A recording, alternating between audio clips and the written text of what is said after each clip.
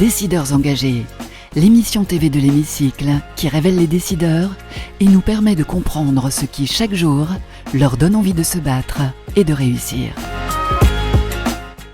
Bienvenue dans On se dit tout, l'émission des décideurs engagés sur l'Hémicycle TV. Et nous avons le plaisir aujourd'hui d'être accueillis par Tony Gomez, ici dans ce restaurant chez Laurent, en plein cœur de Paris, au lieu des décideurs économiques et des décideurs politiques.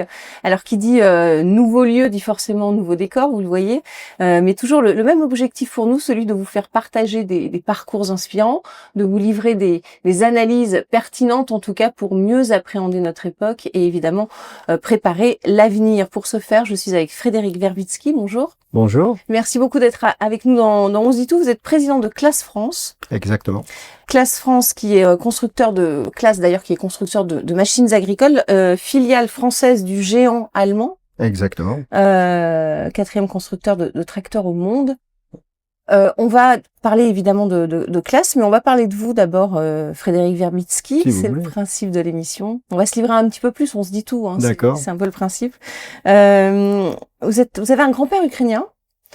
J'ai un grand-père ukrainien et un grand-père espagnol. D'origine avéronaise. Et je suis aveyronais. Voilà. Un père professeur en électrotechnique en lycée professionnel. Ouais, vous en savez des choses. Bah oui, parce que ça a déterminé un peu votre parcours finalement. Forcément. J'avais une orientation qui voulait que je sois plutôt technique que commercial. Et puis l'histoire a fait que j'ai eu une double casquette, c'est-à-dire que j'ai fait d'abord une école technique, mécanique générale, et puis après j'ai fait une école de commerce. Mm-hmm. Parce que je me voyais pas parler toute ma vie avec une planche à dessin. Oui, c'est vrai que c'est compliqué. Vous aviez aussi envisagé un temps d'être ingénieur et même pilote de ligne. Alors, il a fallu. Oui. Mais après, j'avais pas la vue pour être pilote de ligne. Et puis, ingénieur, pour la même raison. Il y a un moment où je me suis dit que j'avais envie de faire du commerce et que pour ça, il fallait que je prenne une autre orientation. Mmh. Donc là, vous avez quand même réalisé vos rêves et suivi le chemin. Oui. Je pense que j'ai eu la chance de pouvoir avoir plusieurs expériences qui m'ont permis de pas voir le temps passer. Vous êtes attiré donc par la technique, la responsabilité et la mobilité. Alors j'ai beaucoup bougé. Avec mon épouse me dit souvent qu'on a déménagé 11 fois. J'espère. Vous dites que sur le ton du reproche, presque. Non, elle a accepté. Donc, mais j'imagine que ça a déformé les valises. Mais bon, ça nous a permis de vivre des choses intéressantes, des expériences intéressantes. Ça nous a permis de venir en région parisienne. Je suis pas sûr que ce soit la meilleure chose pour ma qualité de vie, mais je me plains pas, ça va. Quels ont été vos déplacements, vos déménagements successifs? Non, essentiellement, j'ai vécu beaucoup dans le sud-est. J'ai vécu dans la Drôme, j'ai vécu dans les Bouches-du-Rhône. Oui, d'accord. Et puis, par la suite, dans le nord de la France, avant de revenir en région parisienne. Voilà. Et vous avez aussi passé 20 ans, je crois, chez un autre Allemand, cette fois, le constructeur automobile Volkswagen. Alors, j'ai travaillé 20 ans pour le constructeur Volkswagen. J'ai travaillé 7 ans après pour un constructeur coréen, Hyundai Kia, avant de découvrir le machinisme agricole. On va en parler, mais dans votre vie aussi, vous aimez le sport, puisque vous êtes fan de foot et de course à pied. Alors, j'ai fait beaucoup de foot. J'aurais aimé être footballeur professionnel, mais j'en avais pas le talent. Vous, les garçons, quand on est jeune. Hein. Voilà, tout le monde était comme ça. et j'ai beaucoup couru parce que ça me permet d'évacuer puis de voir des jolis paysages. Voilà.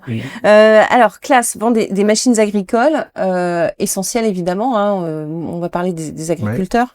Machines agricoles, dans le budget d'un agriculteur, ça pèse très lourd. Bien sûr. Voilà. Un agriculteur doit le rentabiliser souvent sur des années et des années. Est-ce qu'aujourd'hui, la dimension environnementale, construire des machines plus vertueuses de l'environnement, ça fait partie des préoccupations de Classe? Obligatoirement. À partir du moment où on est là pour accompagner les agriculteurs, particulièrement les agriculteurs français qui sont, je dirais, c'est mon point de vue, des plus vertueux. Les machines que l'on conçoit. On le dit souvent ici dans cette émission. Mais c'est une réalité. On le voit au quotidien. Il peut y avoir eu des erreurs par le passé, mais aujourd'hui, on a une agriculture qui est très propre, une agriculture qui est très soucieuse de préserver, trop réglementée, j'imagine qu'on en parlera, mais qui est très soucieuse de protéger les territoires.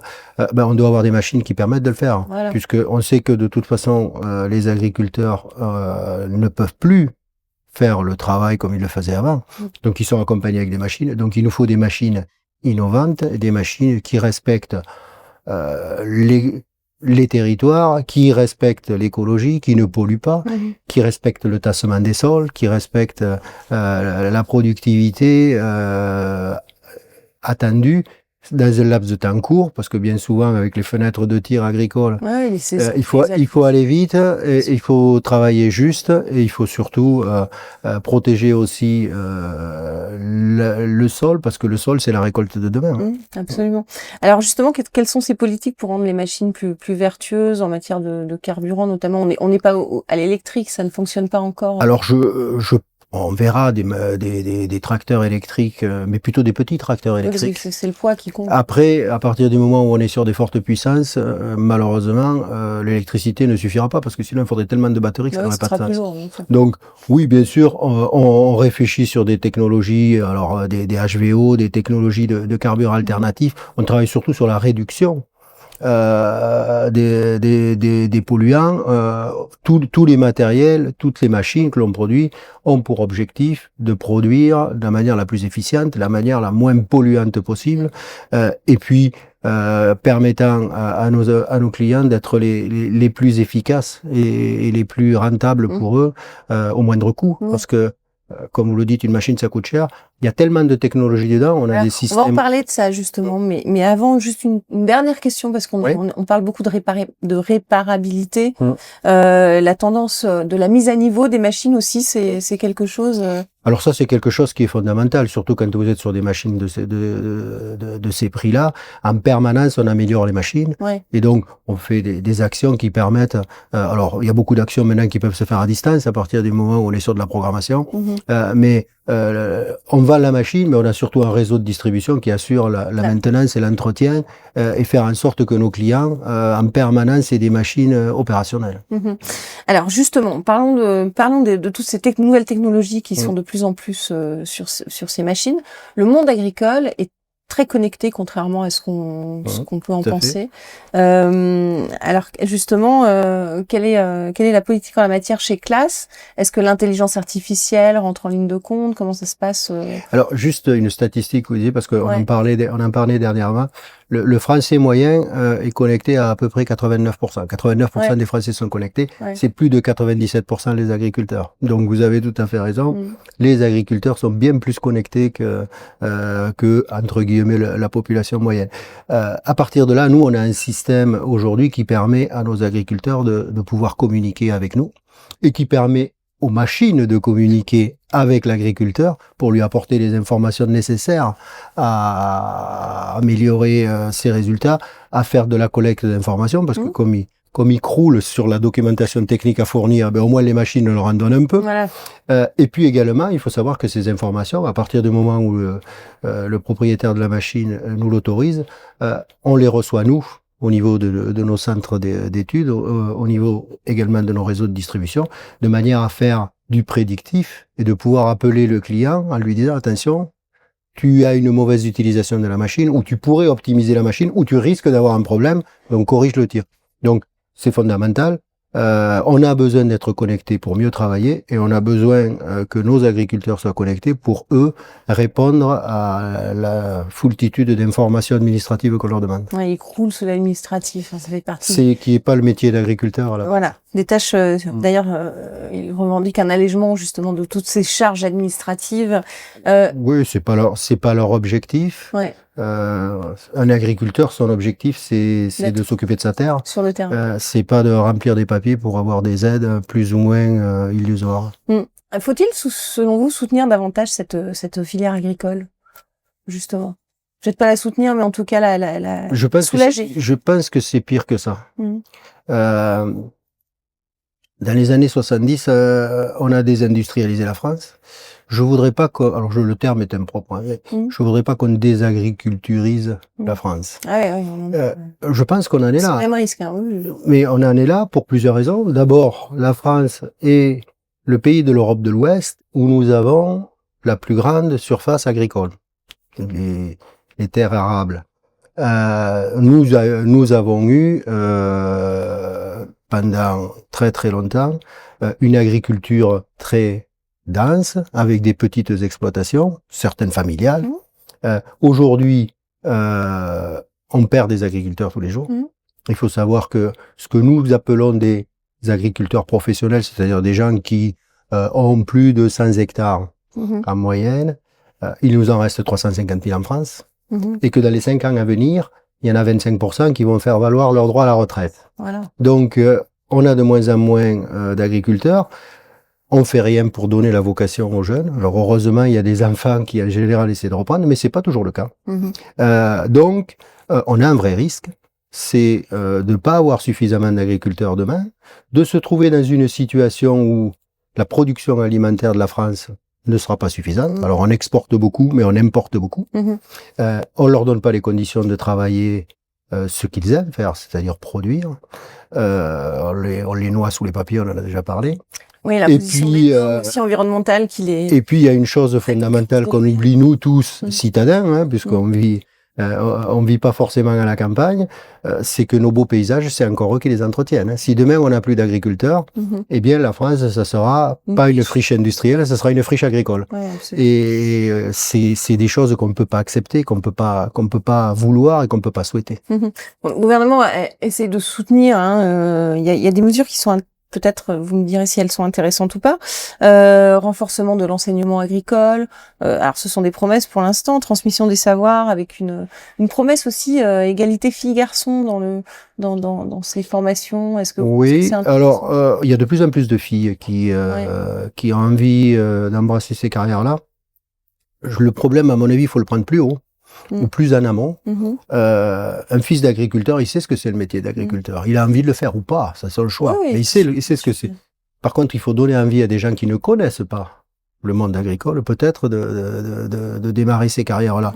Donc à partir du moment où on s'adresse à un renforcement dans le monde agricole, dans les lycées agricoles, on va juste toucher des gens qui savent, qui connaissent. Et je pense qu'il faut partir de plus haut, et dans les collèges au sens large, de donner l'envie à des jeunes qui ont besoin d'être dans la nature, qui ont envie de s'exprimer, qui ont envie de produire, qui ont envie de nourrir la population, parce que c'est quand même la vocation première, qu'on en parle à ces jeunes-là.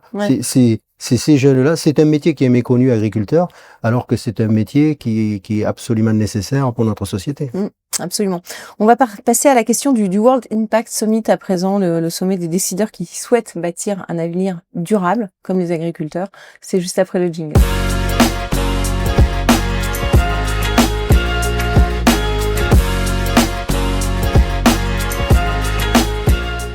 La question du World Impact Summit, c'est celle-ci, celle que vous avez choisie, Frédéric Verbitsky, parmi plusieurs questions qui vous ont été proposées. En matière d'engagement écologique, quels sont les leviers supplémentaires dont vous auriez besoin pour aller plus loin, leviers politiques, réglementaires, technologiques ou financiers? Alors, il y a pour moi un levier essentiel et qui coûte pas cher. C'est de travailler à la simplification des normes, de travailler à un cadre européen clair et compris par tout le monde. Ça nécessite pas de gros investissements, ça nécessite du temps. L'adhésion, en tout cas, de tous les pays européens. Et de l'envie de l'ensemble des partenaires de créer un contexte où on imagine que cet écosystème est fondamental pour nous. On parle de nourrir la population, on parle pas de souveraineté. On parle de nourrir la population, de souveraineté alimentaire, comme vous le dites, c'est fondamental. Et aujourd'hui, on voit bien qu'on crée des déséquilibres qui sont simplement dus au fait qu'il y a une incompréhension, où il y a un manque de communication, où il n'y a pas assez d'écoute et d'intelligence. J'aime à dire qu'aujourd'hui, quand on écoute les citoyens, tous les citoyens, et on est citoyens, on a envie de manger des produits sains, on a envie de manger des produits bons, on a envie bien évidemment, pour nous et pour nos enfants, d'avoir cette chance-là. Et puis quand on est consommateur, eh bien on a des contraintes qui sont liées au pouvoir d'achat qu'on a. Et aujourd'hui, moi je suis toujours étonné, et j'en parle souvent, de dire, en France, tout le monde veut manger des poulets de bonne qualité, mais 60% des poulets qui sont mangés en France, ils viennent en dehors de la communauté européenne. Moins cher, voilà. Parce que ça coûte moins cher. Il y a l'intention, mais il n'y a pas l'acte qui suit. Exactement. Et finalement, on se rend compte que mon C de consommateur et mon C de citoyen, c'est qu'une seule et unique personne. C'est nous. Et là, c'est là où les politiques doivent faire quelque chose. Comment on définit un cadre européen, je ne parle pas d'un cadre français, un cadre européen où on accepte que dans tous les pays on produise avec les mêmes avantages et les mêmes contraintes, et qu'à partir du moment où on fait rentrer des produits de l'extérieur, qui respectent ce cadre européen. Ouais, quand on signe des accords de libre-échange, par exemple. Bien sûr qu'on est dans un écosystème mondial et que le libre-échange doit exister, mais les contraintes que l'on met à nos agriculteurs en France et européens pour produire, les produits qui viennent de l'extérieur doivent respecter ces contraintes-là, sinon il y a une injustice. Les agriculteurs peuvent aussi exporter, hein. Voilà. Bien sûr, heureusement qu'ils exportent, et on exporte beaucoup, mais ils exportent aussi avec les avantages et les inconvénients. Il faut que les règles soient claires et que les règles soient pragmatiques. Question d'un jeune de Centrale Supélec. À présent, la question d'un étudiant tout de suite.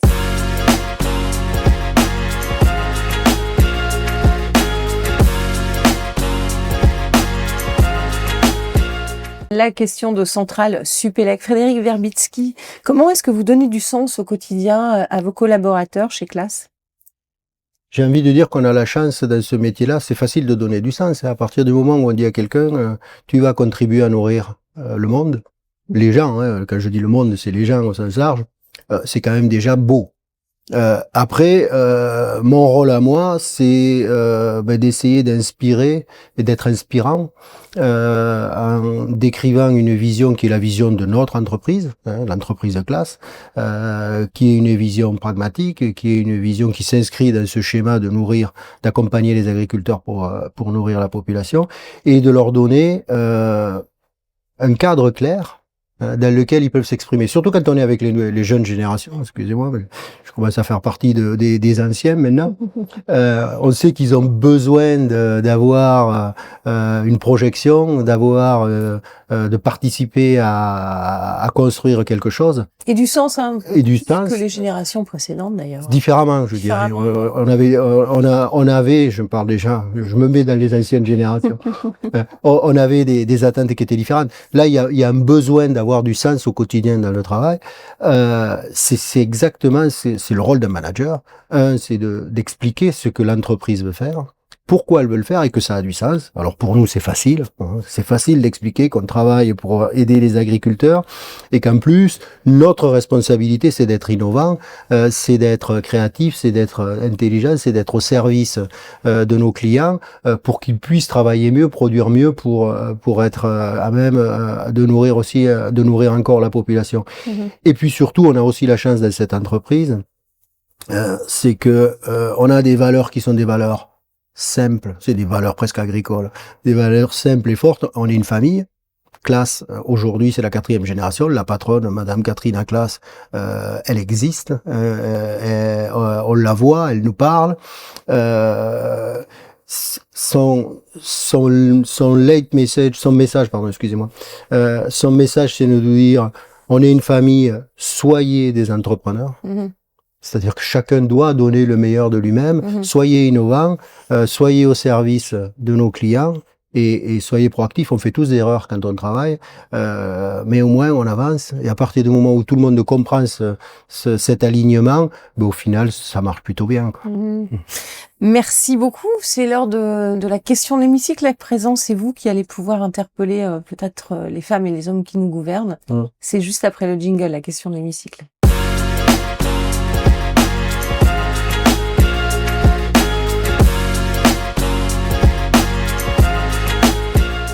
La question de l'hémicycle. Frédéric Verbitsky, qu'est-ce que vous avez envie de leur dire aujourd'hui à ces femmes et ces hommes qui nous gouvernent, comme si vous étiez à l'Assemblée nationale? Vous avez 1 à 2 minutes face caméra pour passer un message, faire un questionnement, ce que vous voulez, vous avez carte blanche. Très bien. Je vais reprendre ce que j'ai dit tout à l'heure. J'aimerais dire à nos politiques que leur responsabilité aujourd'hui, c'est de ne surtout pas désagriculturiser la France. C'est de se donner les moyens et de nous donner les moyens de garder la force de notre pays, qui est un grand pays agricole, qui est un pays où nous avons des terres fantastiques, nous avons des agriculteurs qui sont engagés, qui sont investis. Et ces personnes-là, aujourd'hui, elles ont besoin d'être accompagnées. Elles ont besoin d'être écoutées. il faut arrêter de leur mettre des normes, il faut arrêter de leur mettre des réglementations qui sont parfois pas toujours pertinentes. Il faut arrêter de les empêcher de travailler, il faut parler avec eux, il faut se dire que sans eux, on peut pas vivre. Ou alors on va aller acheter des produits dans d'autres pays qui seront réalisés peut-être dans des conditions qui sont certainement pas celles que l'on souhaite tous en tant que citoyens. On a tout à portée de nous, il faut simplement l'organiser. Et le rôle de classe dans cet écosystème, c'est nous, on est là pour accompagner nos agriculteurs, mais on peut les accompagner et être innovants avec eux qu'à partir du moment où ils sont clairs, motivés et qu'ils ont envie de travailler. Et aujourd'hui, parfois, ils en doutent. Merci beaucoup. Merci pour votre message. Merci. Merci de nous avoir livré vos engagements, en tout cas à travers Classe. Merci à vous pour votre fidélité et on se retrouve très très vite pour un prochain numéro. Décideurs engagés, l'émission TV de l'hémicycle qui révèle les décideurs et nous permet de comprendre ce qui chaque jour leur donne envie de se battre et de réussir.